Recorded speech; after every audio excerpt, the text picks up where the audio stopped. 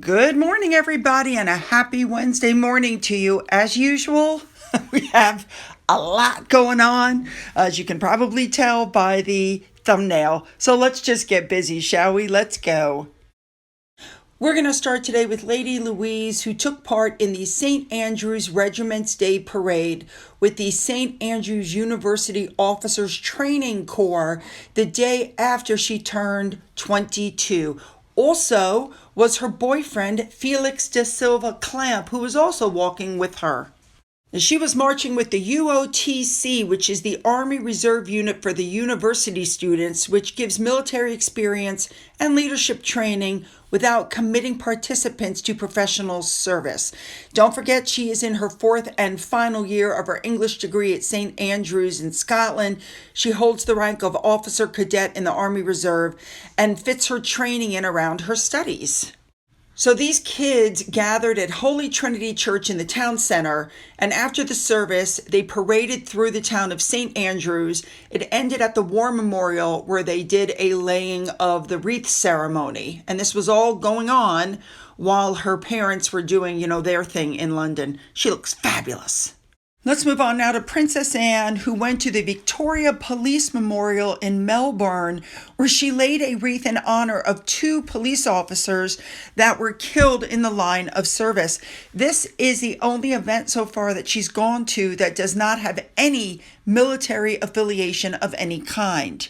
Princess Anne laid a wreath alongside Margaret Gardner, who is the governor of Victoria. Now, in honor of these officers, I'm going to try to say their names. Well, first one is Neil Thompson. The second one is Vadim de Wart Hothart. Now, Princess Anne was also there to meet the family and friends of the officers, and a contingent of senior police were also present at the event. For anybody who's living there, just so you're aware, they never caught the guy, and the $1 million reward for information related to his whereabouts apparently remains on offer. So if you know where this guy is, who's, responsible for the death of two officers, speak up. Now, again, I don't know if this happened before or after that, but the governor of Victoria, again, Margaret Gardner, hosted a reception for Princess Anne and her husband, Sir Tim, at the Government House in Melbourne, and that was done to mark the centenary of the Royal Australian Corps of Signals. Of course, Anne gave a speech, and let me just say on the side, I think she looks absolutely lovely. All right, we're going to move on to Beatrice. This is not a good look, I think. She hosted an afternoon tea for women business leaders in Saudi Arabia. Remember, I told you she was there in October. It took place at the Ritz-Carlton during the Future Investment Initiative conference and occurred during this public scandal that's going on with her dad. So I think this was really not a good look. But at the same time, remember, you guys, I showed you pictures of Eugenie and Beatrice out and about hugging in the street. Well, they're saying now that that was a fake setup picture. I mean, I get where they're going because these two were quote unquote spotted chatting intensely in the middle of the street and consoling one another and then sharing a close embrace as they said goodbye. And since these two aren't often pictured out and about together having emotional exchanges, it's being said that this was a setup to try to garner sympathy for them. I guess it's possible. And as for their parents, they're saying Andrew could be charged with various public offenses and misconduct in public office, and he could go to jail. The case is clear. They're saying he's toast. And Sarah is being probed for unscrupulous use of charity money. All right, let's move on to Princess Catherine, who sent a message to Evelina in London because it is their 20th anniversary of the opening of their new children's hospital building. Good for her. Let's move on to Prince William. It's come out he's partnering with former Prime Minister Gordon Brown to support the Homewards Initiative, which we know is a project aimed at ending homelessness.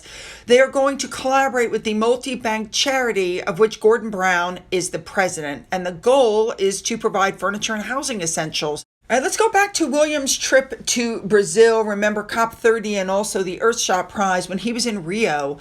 Prince William is questioning the absence of chief executives willing to lead on sustainability. He said that business leaders appear to be hesitating waiting for other substantial green investments first. He said, we need a bit more courage in the system. Where are the CEOs taking lead with this? There is a nervousness. We have to get confidence. We have to get passion. And without that, we're all wobbling around a little bit. William did acknowledge, however, several firms that are demonstrating genuine commitment. IKEA, Uber, the Compass Group, they got praise for their investments in the Earthshot Prize finalists. I think that's just wonderful. Now, you guys should know that things went so well for William while he was in Brazil, they declared him an honorary citizen of Rio. He won the people over. They absolutely love and adore this man. And why not? Now, something else happened while he was in Rio. William was interviewed by Luciano Huck, and that interview was just released. So I'm going to give you a little bit of it because it's not in English. Most of it isn't. This must have happened right when he landed because the guy was like, how are you? And William was like, I'm so excited to be in Brazil. And the man said, I just want you to know that I so admire you for the work that you're doing and your passion and the fact that you're moving ahead. Then he started talking about Diana. The man then said, I hope you know that Brazil holds a deep affection for your entire family because your mother and your grandmother had been here before to visit. He said, there's pictures of your mom all over the country. And then he handed a framed picture to William. The photo in the frame was a picture of Princess Diana that was taken in 1991 when she visited a foundation. And of course, the other photo that went around the world was the one where she was holding an HIV positive baby. We've all seen that picture before.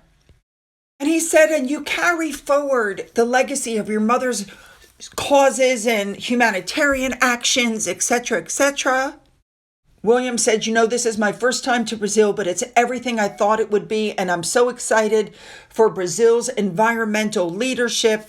And, they had a nice discussion, but I just think that it's an absolutely fabulous thing. I'm sure this interview is upsetting Harry because after all, William isn't supposed to co-opt Diana's memory, is he? Now, while we're talking about William, we're going back to the BBC interview by Martin Bashir that was simply billed as an interview with HRH, the Princess of Wales. It had been taped the night before. We all know, what went on in this interview. So a report was published in 2021 that shows that the BBC had not properly investigated the complaints and concerns first raised in 1995. And so Diana never knew that she had been deceived by, the BBC. Of course, the BBC put the blame completely on Martin Bashir, saying that he was a serial liar on an industrial scale. And in 100 years of BBC journalism, he could not think of anybody else who behaved in that kind of way. But after 20 years of investigating this affair and going to court to obtain secret documents in the face of opposition from BBC, it come to find out that the BBC was involved in a chilling cover-up. What was said was that the BBC should be screaming from the rooftops because they're supposed to be the world's most respected journalistic enterprise. And instead, William said these failings let down Diana and the family and the public. Now, Charles himself was interviewed before that interview with Diana, and also Tiggy Leg Burke was awarded damages from the BBC from allegations by Bashir that she had an affair with Charles and had an abortion. By the way, Bashir also alleged that Prince Edward had AIDS and the Queen was ill with a bad heart. This is not a story going away. All right, let's move on to the Harry Meghan stuff. This is what people are shocked about because Harry put on a poppy, and we know why, but Meghan decided, she's just not going to wear one. Now, if she's going to head out with Harry, she should at least put a poppy on her dress. But no, she's more worried about her outfit. Now, they asked her why she was not wearing a poppy, and the excuse she gave was about the dumbest thing that I've ever heard. Well, I didn't wear one because they're just not widely available. However, in 2024, she was seen wearing one. In 2023, she was seen wearing one. As a matter of fact, you can go online to eBay, Etsy, any place, and you can find the poppies. So what it comes down to is she wants to be the Duchess of Sussex. She wants to be known by the UK royal title, but she's not interested in the UK.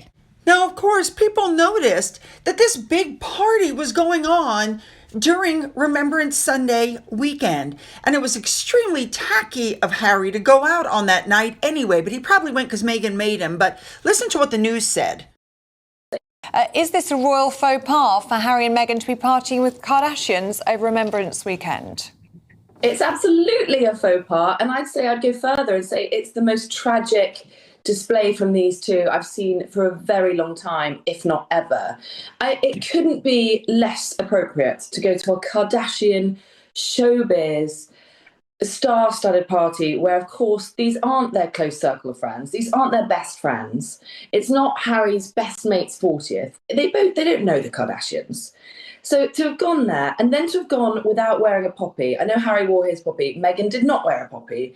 The easiest thing in the world, it would have taken a second to just pin in a poppy and it would have actually helped a little bit. But to have attended in the first place was just unforgivable. Harsh on the Sussexes, because in America, I don't think Remembrance Sunday has the same resonance as it does in the UK. No, of course it doesn't. But Harry is a veteran himself. Harry just last week went to Canada while his brother was in Brazil, trying to, I suppose, in some way, steal a bit of attention from his brother, but also to support veterans in Canada. Now, this is a really important weekend for Harry. He, I'm sure, wishes he was in London at the Cenotaph, but because of his behaviour over the years, he hasn't been there. But to have gone out, he really should have stayed in. He knows this. He's been in the royal family for 41 years. He knows how it works. He knows that is a really stupid thing to do. And do you know what I really think? I just think he doesn't have any agency in the decision-making that goes on in his marriage. I really think if he'd had his way, he would have stayed in that night, because it's the obvious thing to do is not to go out partying on the Remembrance weekend. Now, in the meantime, before we go back to Kris Jenner's party, it appears that Harry tried to overshadow again by doing a video. I'm not even going to play it for you. He was at the Heroic Hearts Project Gala, and he sent them a video. Now, ignore this headline and just sit back and watch this.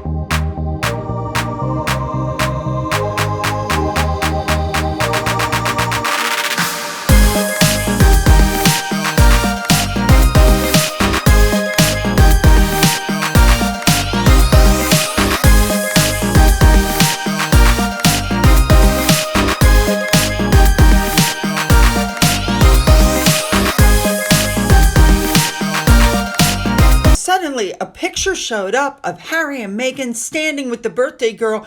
Meghan doesn't look happy, and it looks like Kris Jenner is more interested in Harry. And a few other pictures popped up like this one. You had to look very close. On the left side, on the right side, you could see Harry's bald head in between the two ladies. And on the left side, you could see Meghan's bun peeking out behind Kris Jenner's head. All right. Then a couple of other pictures came out. What's with the claw? And I think the picture that really shows it to me is this one. Kris Jenner's looking at Harry, not at Meghan. But Meghan's like, come on, look at me, look at me. No, she's just trying to get in the picture. And then something interesting happened. So a picture shows up with Kim Kardashian, and it didn't take long for Kim to delete that picture. And you know why? Because instead of people talking about Kim or talking about Kris at her birthday, they're talking about the fact that Meghan Markle was there. And she doesn't like the narrative.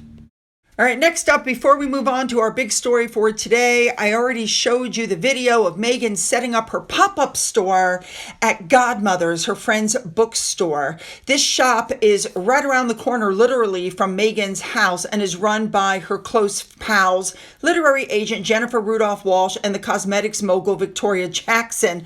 Well, she's got alcohol there. And several people reported the business to the local council over the breach of licensing laws because their application for an alcohol license was still pending. However, sources, of course, said that the open bottle there that you're looking at was filled with water and that the ice cubes weren't even real. Therefore, no laws were broken. Obviously, her stuff didn't sell out this time. That's why she's doing the pop-up shop. Unbelievable. All right, let's move on. There's a new wave of controversy that has reignited the debate about Harry and Meghan's continued use of their royal titles after statements from the couple were interpreted as swipes at the late Queen Elizabeth. Now, this is after King Charles's decision to strip Andrew of the prince title, and there's renewed public scrutiny of Harry and Meghan's status within the monarchy. Senior palace officials and family members have been questioning Harry and Meghan's determination to modernize the monarchy even after they left. They were resistant to dropping their HRH titles, despite the terms in the Sandringham Agreement, which they both agreed to. We know Meghan is still using her HRH. We know that they put out that lengthy statement about stepping down, and then Buckingham Palace ordered them to shut down the Sussex Royal brand, which, by the way, the Sussex Royal website is still up. Meghan is doing her as ever with her royal signet ring on her finger. She puts out Instagram showing the royal signet on her book, on her, she's absolutely using her royal connection to try to sell her products. Now, they did make an agreement. They have broken the agreement. People are saying that these partnerships are, while they might be legitimate business moves that reflect their desire for financial independence, they are exploiting their royal ties. Even the venture is framed around Sussex Royal. It's a joke. All right, one more thing I want to touch on before we get to the main story. Don't forget that there have been diary clashes between William and Harry because William was in Brazil. Harry suddenly decided to go to Canada, but they were both overshadowed by Meghan's announcement that she'd returned to Hollywood. So there you go. You still have Meghan trying to overshadow not only the royals in the UK, but her own husband. Now, it's with that in mind that the next thing happened. Meghan revealed her holiday special with Netflix is going to air on December 3rd. She put the announcement up on Instagram. She put up the promotional picture of herself putting on this festive spread. She was wearing an emerald green gown, and the picture was taken, and she said, "Embrace traditions and make new holiday ones this season. The holiday celebration arrives December 3rd. Now, it was about the same time that she dropped this video, and what she's doing is she's spreading cream cheese on a cold stone. She cuts some strawberries, she puts them on, she arranges some bagels, and then she sprinkles some of her dried frickin' flowers on, and then she goes to spread some of her jam or jelly or spread on the bagel, which shows you just how thin and runny it is. And then she eats it and she does a little dance. Oh, it's so delicious. Okay, here's what I noticed. The other one was done on Meghan's show, Meghan's Instagram. This one was done on the As Ever. Do you guys spot the difference? Let me zoom in for you. This is Oprah's favorite. Interesting. So while Oprah was pushing Meghan's product, Meghan is doing the reciprocal thing for Oprah. I'm telling you, everything that this woman does is transactional. Now, at the same time that she puts this out, everybody went, wait a minute, it was supposed to be November. What happened? Let me remind you, King Charles is hosting the German president for a state visit, and it starts on the 3rd. This woman is literally a stalker. She is stalking the royal family, and she's trying to overshadow a state visit with another tiara moment. If anything, I think she shows just how stupid she is. And seeing how everything else Meghan has done has been called staged, fake, and dull, I don't see this going any better. Nope. All right, you guys, you know what to do. Hit the like and the subscribe button and the bell for all notifications. Go down into the description box where you'll find the link to my Twitter, my Gettr, my Rumble, my email, a link to my second channel, a link to my father's book, which is still up for sale on Amazon, and a link to my Amazon wish list, as well as a physical address. For those of you who have donated to my coffee fund, thank you so much. And as always, you guys, have a great day.